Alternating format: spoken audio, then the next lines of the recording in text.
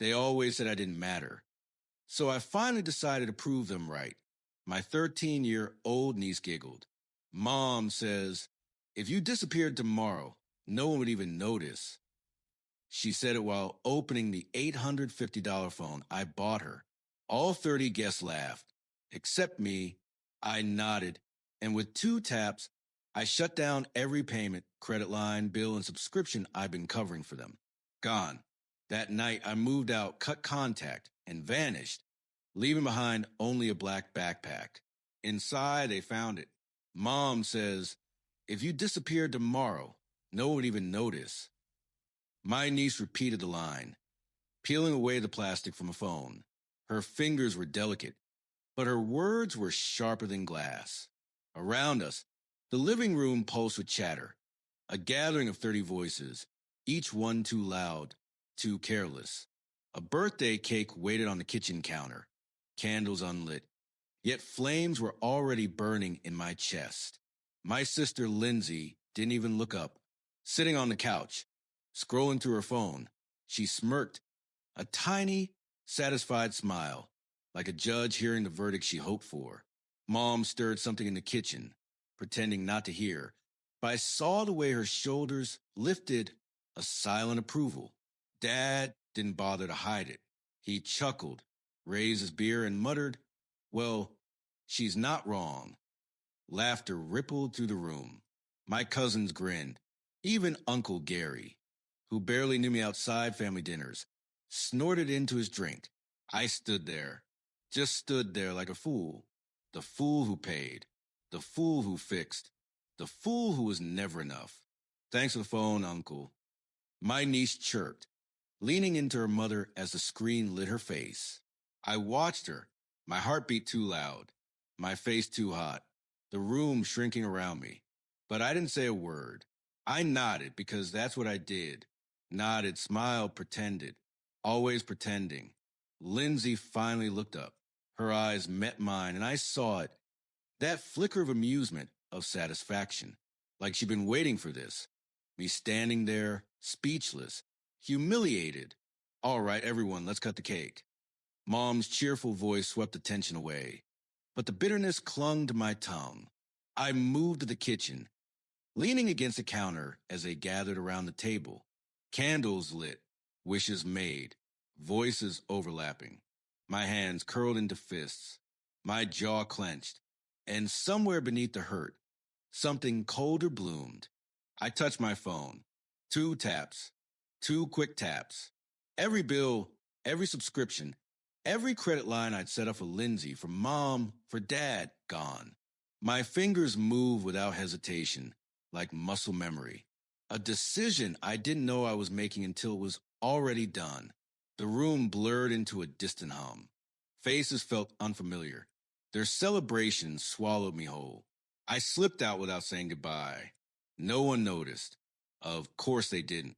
The one thing my niece got right, I didn't go home. I went to my apartment, grabbed a small travel bag, then turned back. The black backpack sat in the corner of my closet. Old, forgotten, but tonight it had a purpose. I filled it, not with my things, not with anything they would expect. Then I returned to the house. The place was still loud, still messy.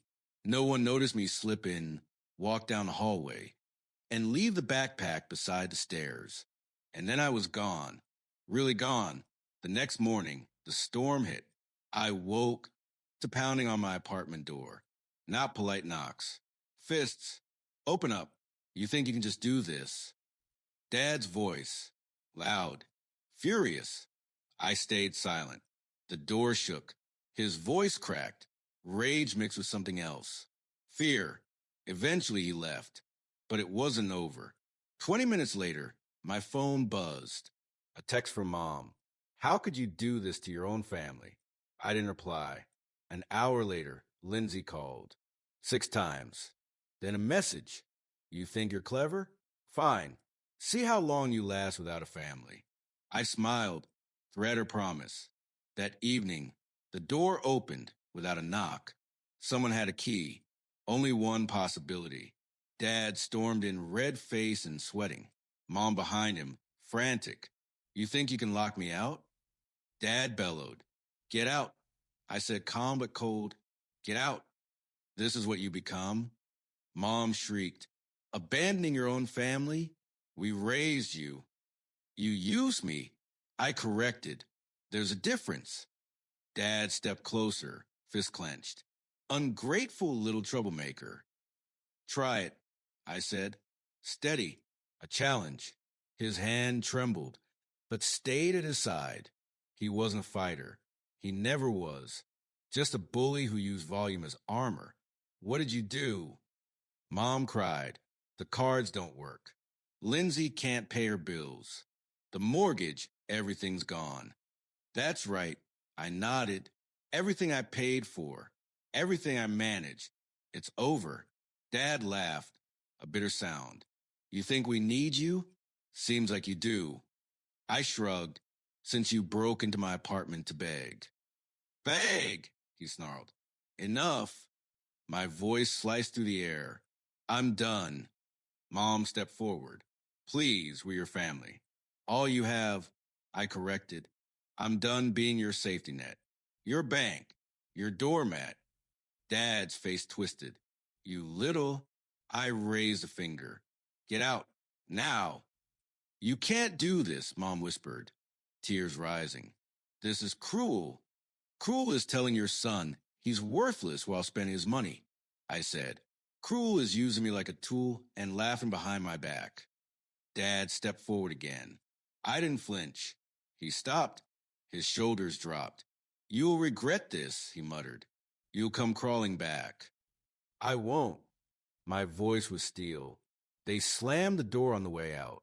The next day, Lindsay showed up at my office, crying, begging, making a scene until security escorted her out.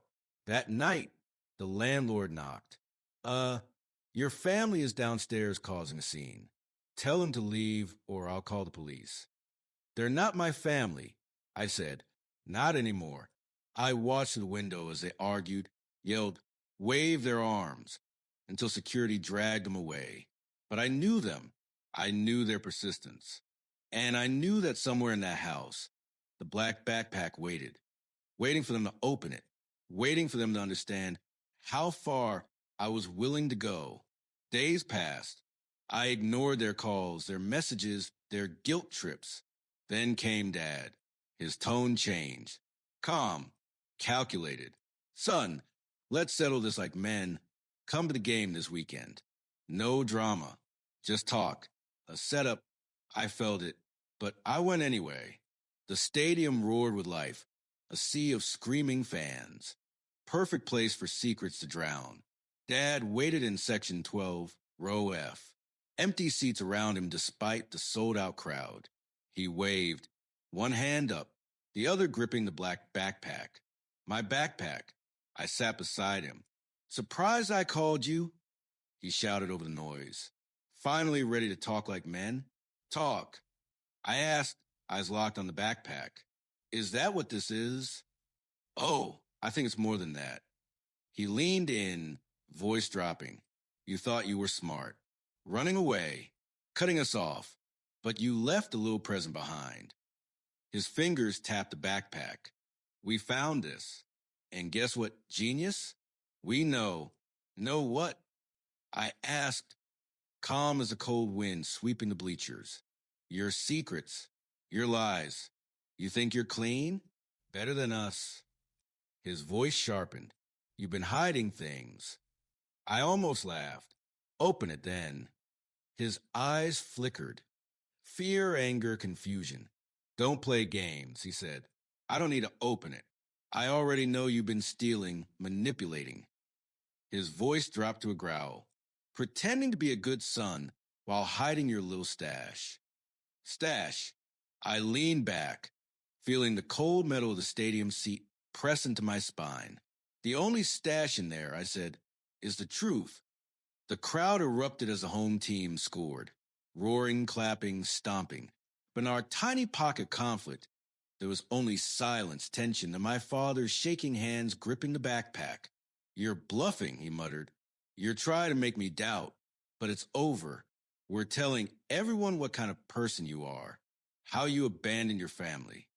Go ahead. I gestured the field, the ocean of strangers who didn't care. Tell them all. Tell them how I paid Lindsay's rent for 2 years. How I covered your debts when you gambled half your pension away. How I bought that phone for your precious granddaughter just before she told me I was nothing. His face darkened. Shut up. No, let's make it clear, Dad. I leaned forward. You've got a bag full of proof of everything I did for you and everything you took, and you still think you have leverage. His hand tightened around the backpack, knuckles bleaching white. Don't you talk to me like that. Like what? My voice stayed calm, but my eyes burned. Like the worthless piece of furniture you always treated me as? Like the walking wallet? The errand boy. Shut up, he shouted. Standing so abruptly the seats behind us rattled. A few heads turned. A few stares lingered. Sit down. My voice was ice, cutting cleanly through the noise. For a moment, I saw it, the fear in his eyes. He hated me, but more than that, he feared losing control. Or what? He forced a laugh, thin and desperate. What are you going to do? Attack your own father? You think anyone here will take your side? You really think they'll take yours? I motioned calmly to the crowd.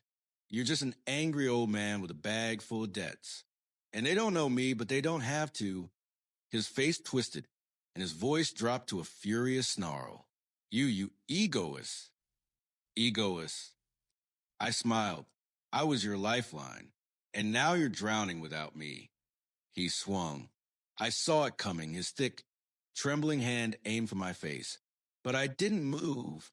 He wanted a reaction. He wanted a scandal. He wanted proof that I was a villain in his story. But I just stared at him, calm and unblinking. His fist stopped inches from my face, shaking violently.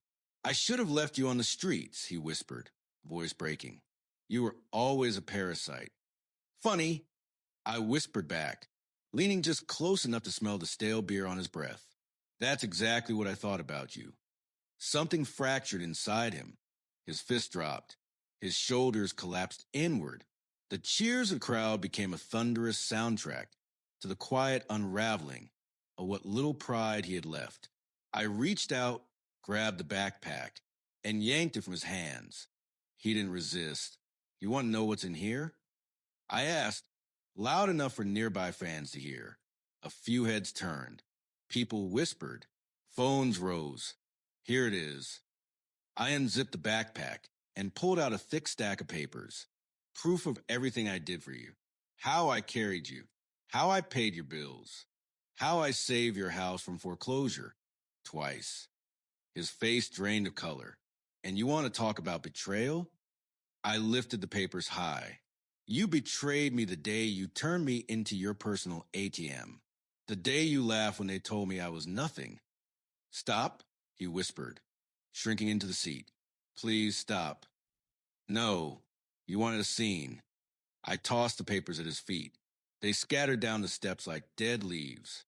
I turned and walked up the stairs, past the whispers, past the stairs, past the phones recording every second. You can't just leave, he shouted, his voice cracking. But I didn't stop. For the first time in my life, his voice meant nothing. They didn't stop trying. Not at first. The day after the stadium, the day Dad's pride bled out on those cold metal seats, my phone rang like an alarm. Call after call, message after message, accusations, begging, threats, a cycle of desperation in voices I no longer recognized. I ignored it all. Dad broke first. His rage turned to pleading within hours. We can talk this out. I'll forget everything. Let's be a family. Lies. All of them. I didn't answer. Then came Mom, her text dripping with guilt. You're breaking our hearts. We didn't mean it. Family is all we have. I didn't bother reading them all. Lindsay tried next. Pure venom. You're a coward. A selfish, worthless coward. You've ruined everything. Then, please, just talk to me. I didn't mean it. I was scared. Don't do this. But I did. Silence was my answer. Silence was my revenge. At first, they thought I was bluffing, playing a game. But when the days stretched into weeks, when the bills I used to cover piled up, when their friends stopped taking sides, they finally understood. They couldn't reach me anymore. The landlord of their house called, stuttering, trying to explain they hadn't paid rent. That's not my problem, I said, and hung up. Mom sent a photo of them sitting in the dark, one candle flickering on the table. We have nothing left. I deleted it without a second glance. One evening, walking home from the grocery store, I saw him, Dad, standing outside my building, pacing like a ghost trapped between anger and panic, his face pale, his hands shaking, his old fire replaced by something else. Fear. He spotted me, hope flickering in his eyes like a dying light bulb. He rushed forward. Listen, you can't do this. You're my son. No, I didn't slow down. I was your wallet. He stepped in front of me, voice cracking. We raised you. We gave you everything. You used me. I looked him dead in the eyes. And now you have nothing. I tried to walk around him, but his hand shot out, grabbing my arm. You don't get to do this, he snarled. You think you're better than us? You think you can just walk away? I know I can. I pulled my arm free, and I did walk away. He swung again, slow, weak. His fist glanced off my shoulder, more like a shove than a punch. He stumbled, catching himself on the side of the building, breath wheezing. Pathetic, I said softly. His face twisted, rage flaring, then dying. You'll come crawling back, he rasped. You always do. You're nothing without us. I laughed, loud, sharp, echoing down the quiet street. I was nothing with you. I walked away, didn't look back. That night, I shoved my phone into the bottom drawer of my desk and didn't touch it again. The calls, the messages, they piled up unheard. A week later, a letter arrived. Shaky handwriting. Please, your father is getting sick. Lindsay is losing her mind. We're falling apart. You're the only one who can fix this. Please come home. I crushed in my fist and threw it away. They were falling apart. Good. Because for the first time, I wasn't. I lived. I cooked for myself. I slept peacefully. I walked through the city without the weight of their needs on my shoulders. They became what they always were, voices without power. Ghosts left behind in a burning house. And I was free. Months passed. Silence became a friend. I woke up when I wanted, ate without guilt, walked through the city they never let me enjoy. Main Street was full of ghosts. The cafe where I bought overpriced cakes for Lindsay's birthday, the boutique where I wasted money on gifts, the restaurant where I paid for every family dinner. Ghosts, every one of them, on the corner. A street musician played a slow, aching melody. His voice was rough, honest, unpolished. A song about letting go. I stopped, let the music wash over me. When he finished, I tossed a 20 into his guitar case. He nodded. I nodded back. I smiled, not because I had to, but because I wanted to, and that was the difference. I didn't need them. I never did. I walked on, each step lighter than the last, as the sun dipped behind the rooftops. Painting the sky in amber and crimson, I felt a quiet certainty. I was free.